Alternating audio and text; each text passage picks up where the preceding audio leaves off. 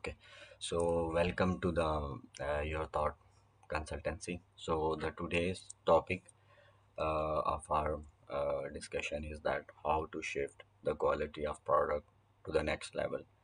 In that, if we are looking quality product, so it means that you need to adopt some attributes, some things in your product testing cycles.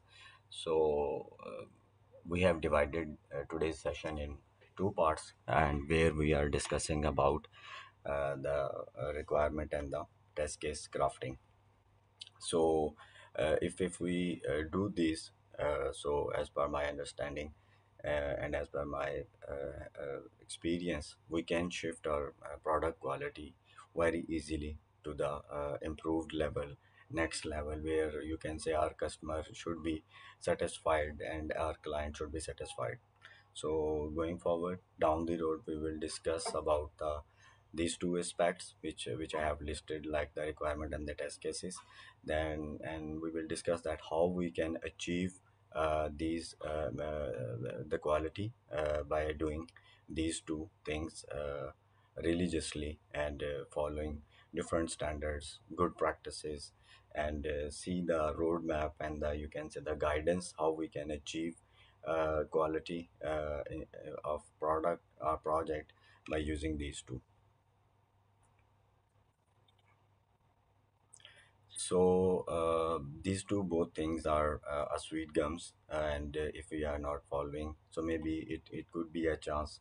It could be a chance that maybe your product quality should not be improved and well.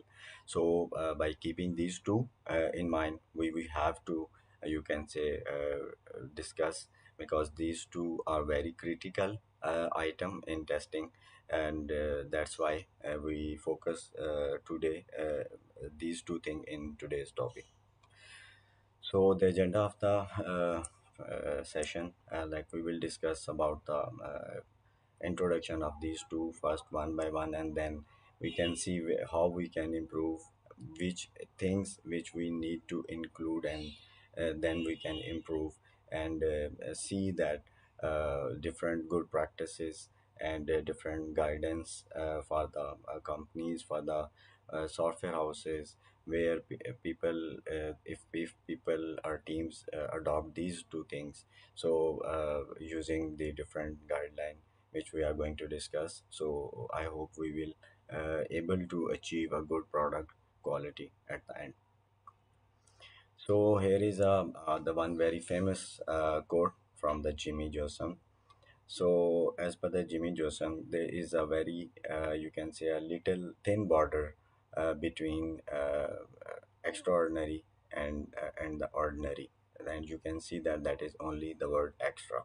So, by keeping this, you have to put a little bit more intelligently, or you can say that you can use things a more intellectual way. So, with less effort, and you can say you can achieve a good product quality in your product. So what's next? So here is the first part. That is a very important thing of any project, any product, because requirement is main key. You can say the attribute, the key item. If the requirement is not good, clear, comprehensive, concise, so maybe we cannot able to transform this requirement in a good software, and maybe we will not also achieve a good quality even, because if your teams are not clear with the requirement, so definitely then the product which they are going to build may be lagging as per the customer need, or maybe as per the, you can say, the customer given thoughts. So we need to keep the eyes at the start of the project on the requirement first, and we do have lot of techniques to improve the requirements by sitting together, doing some elicitation, work breakdown structure. So if requirement is complex and big, so we can conquer these those requirements in a smaller chunk, and then discuss and then go for the grooming and other stuff which normally the agile is proposing us. So in first part, if you really want to improve your requirement, your quality in product or in project, so we will keep eyes on the requirement elicitation. Elicitation is a basically a method, or you can say the process where we can discuss requirement on and off with the client till now then the requirement will be finalized. So in this phase, your front man is a very responsible person, should be a responsible person and intellectual mind person. Otherwise, maybe the requirement the customer, the client is giving, maybe he or she, or maybe they cannot perceive well, because requirement is the start of the project or product for the implementation. So if you are not perceiving well what your end user is basically expecting from you, so maybe you cannot able to deliver a good quality.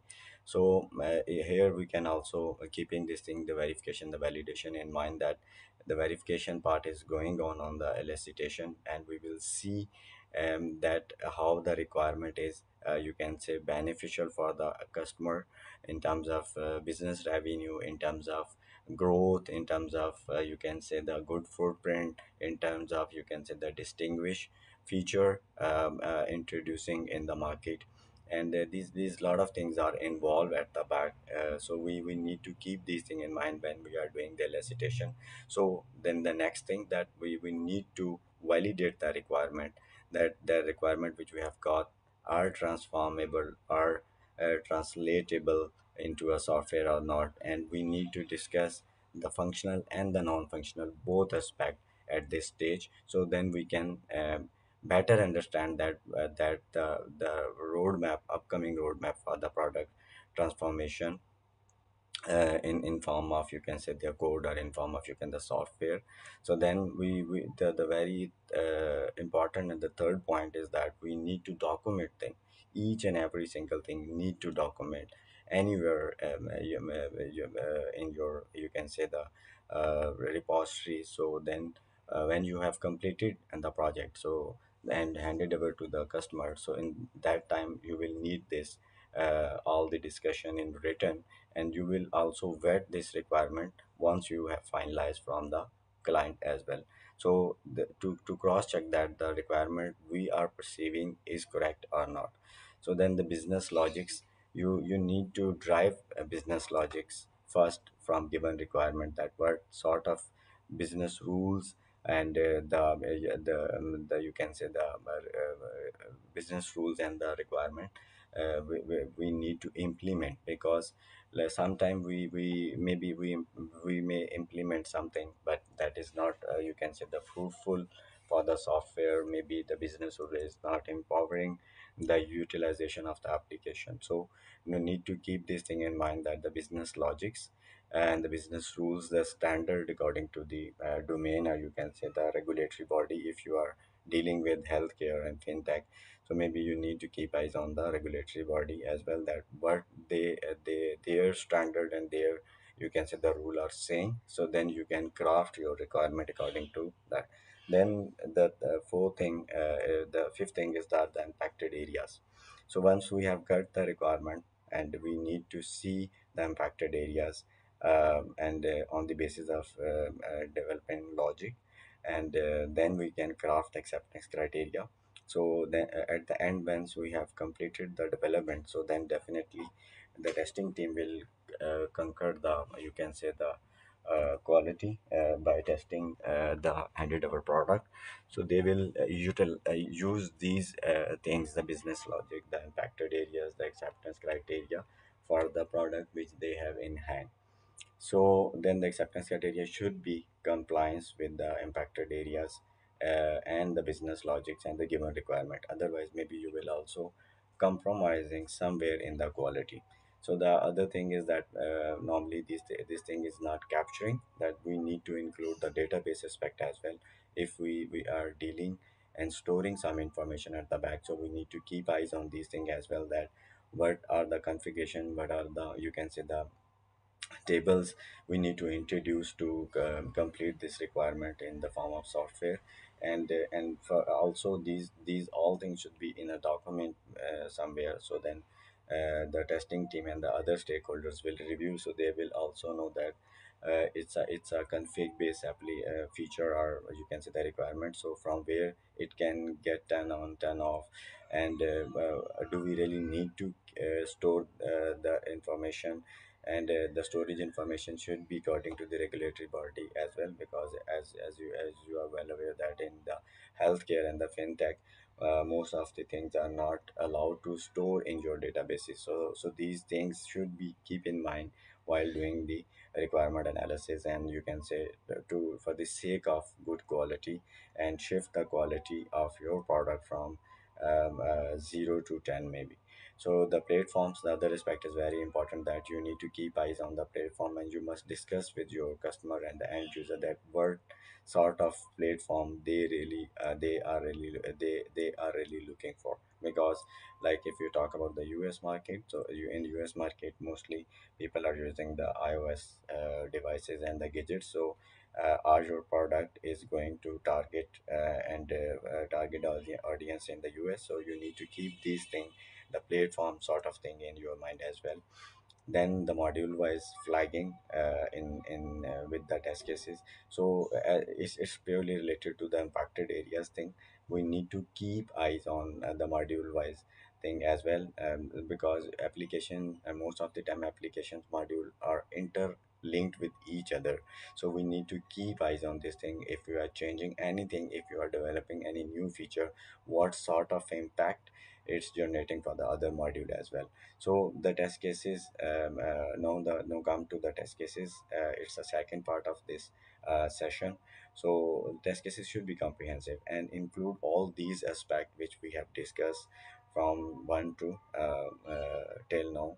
So these things will transform and capture and covered in a test cases. Otherwise, maybe when you are going to test this application or this project, maybe you will not able to complete and throw a good quality. So the second part, as I told you that we have divided this session in two parts. The first one is the requirement, which we have already covered, and the second one is the test cases. So test cases should be crafted in a well and decent manner. But before that, you have to understand the requirement. Your testing department should be learn very keenly each and every aspect, like we have discussed the functional and the non-functional both on the previous slide, and then crafted some use cases first, and then go for the test scenarios and test cases. These four layer, you can say, thing will improve the test case writing and the coverage of the product according to the given requirement. Otherwise, maybe you will not able to conquer good quality and include good quality, because maybe if you are not a good grip has a good grip on the requirement understanding, so maybe then you will not able to craft and author a good test cases. So here is the some more, you can say, the cocktail type thing for from both requirement aspect and the test cases aspect, which we need to consider. First, we will go and thoroughly understand the requirement, then clearly define the objective, the scope according to the requirement, then use some template if it's sport, and you can say do have a good time to craft. So definitely go and use some standard document for the requirement elicitation, and you can say the for the test cases. So test cases should be simple and to the point. Prioritize the test cases if you have a short of time. So in that case, you have to prioritize the test cases on, you can say, on the priority basis. So use consistent naming convention. Let's suppose if you are writing the test cases and someone else is going to run, so test cases should be comprehensive, well descriptive, self descriptive. Then when you handed over those test cases to someone for the execution, he and she and maybe they can easily execute without knocking you. So these things will help us to improve your. So these things will be help us include the positive and the negative scenarios, review and refine and the test cases with the help of someone from your team as a senior. Reuse test cases should be right in a way that you can utilize these test cases in coming, you can say, the sprints or maybe the coming phase of the project. So this is the approach you should adopt it. So document test data requirement. So you have to document the test data with your test cases. If you really need to include and show something as a evidence, so like the design and the requirement, so you need to attach these things with your written test cases, so then the stakeholder can easily understand what why we have authored this test case, and how much coverage we do have in this test case. So another thing is that automate repetitive test cases. Yes, you can include the automation for this, and you can include and automate those test cases which are repetitive for your project. Comprehensive test case coverage should be checked with the help of your senior business analyst and maybe the architect. So the requirement which we have captured is well covered in test cases or not. So collaborate with the teams.